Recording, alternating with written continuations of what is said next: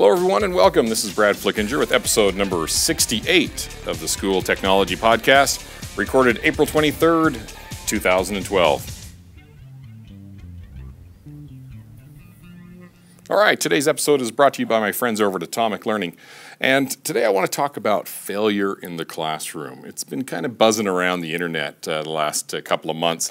And that is that when we look at using the ideas of the gamification of education, where we take the theories behind gameplay that students already are getting very familiar with, and then we apply that in the classroom, we've got to consider about failure is always an option, okay? So that they learn this way. And if you think about it, students have always learned through failure. If a student is just learning a new math concept, they try the concept, it doesn't work, they try it again, it doesn't work, they try it a new way, and then finally they get it. So, and that even goes for writing and all those things. You know, imagine those first papers that students are turning in. You know, their punctuation is bad, their capitalization is off, all those things that the teacher then circles in a red pen, gives back to them, and they start to improve it to decrease the number of failures, if you will.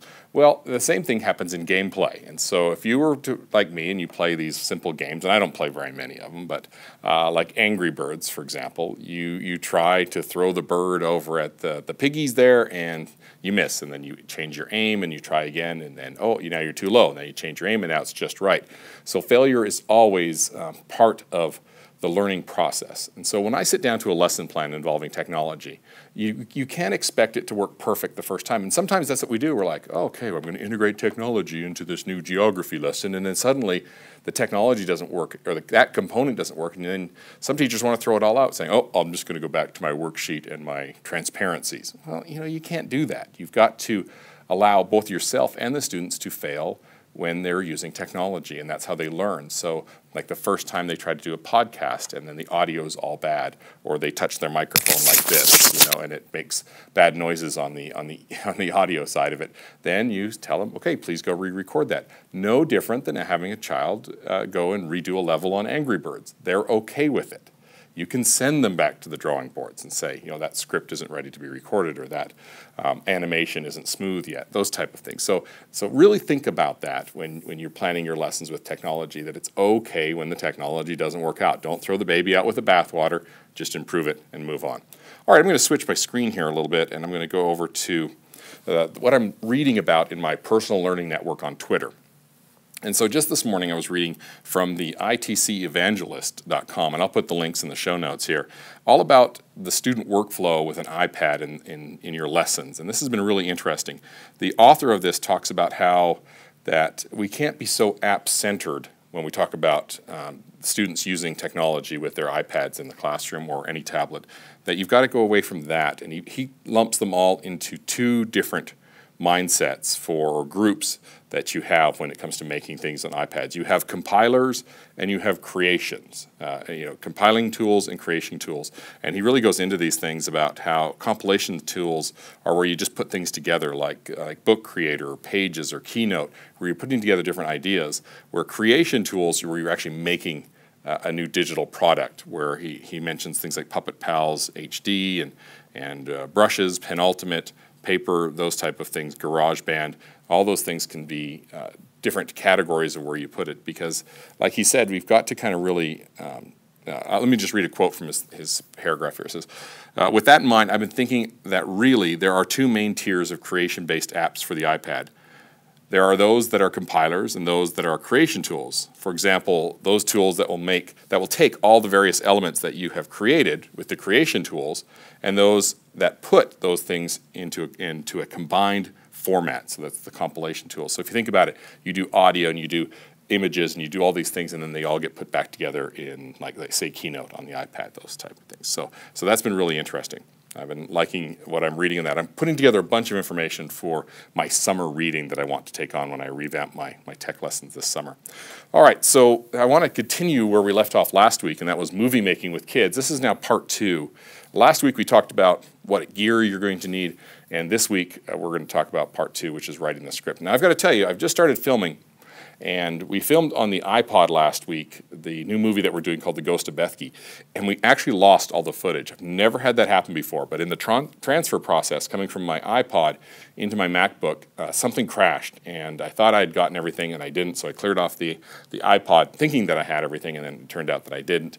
And so we'd lost the footage, which happens when we talk about failure. Remember, we have to reshoot everything that we did last week. So that's coming our way. We've decided we're going to shoot everything now on an iPad 3, just because it's new and trendy, and people are going to freak out when they see it. So expect to see that soon. All right, so let's continue on with part 2 of making movie with kids.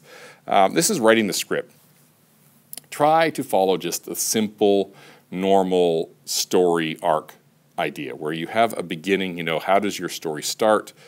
What's the problem they're trying to solve, and then how do they attempt to solve the problem, and then how does your story end? Those are really the simple steps. So every time I sit down with a student, we start to outline, and normally I might have 2 or 3 students in the room as we outline an idea for a movie.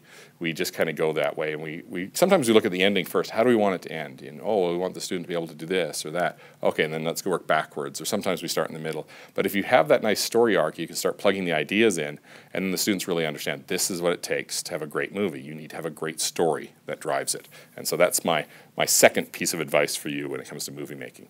All right, now let's just finish off with an app review. Now this one, although it plays on the iPad, it is an iPhone, iPod Touch one, so you have to make it bigger to play on the iPad. But it's called Stick It Action, and it's a stick figure animation program. And it's really fun. They've come a long ways with the updates over the last 6 months with it, and it's really a great thing to teach students animation. And there's been a lot of stick figure animations online for many years now, and the students really love those. But this now brings it to your handheld devices. And it's great for them learning how many shots it takes to make a stick figure walk across the screen or to jump or do this. And the boys really like it because there's a whole arsenal of little weapons that they can have with it. But we're starting to bring it into our class to have the students animate different elements of ideas that they might have, and it's been working pretty good there. We're trying to mix the academics into it, but they want to rush right off to just animating something, which is great for engagement, but you still have to have scaffolding and a direction for them to go. But it's a really cool one for you to check out. So it's $1.99 in the App Store. It's called Stick It Action, and go take a look at that. All right, well, thank you very much. This podcast is sponsored by my friends over at Atomic Learning, who make my job a lot easier by providing tutorials and workshops for my teachers to stay on top of not only technology, but also 21st century skills. And so you can check them out at atomiclearning.com. And today's episode was recorded and edited in GarageBand on my iPhone and then sent directly to SoundCloud. And so it never has to go into a computer, so that's pretty cool. So thanks a lot for listening today, and please click the like button. That helps me out in SoundCloud, as well as click share, and you can retweet this out onto your social networks. And also, I love comments, so fill out the comments section.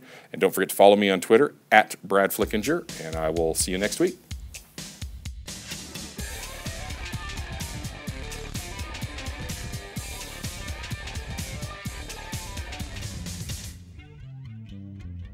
You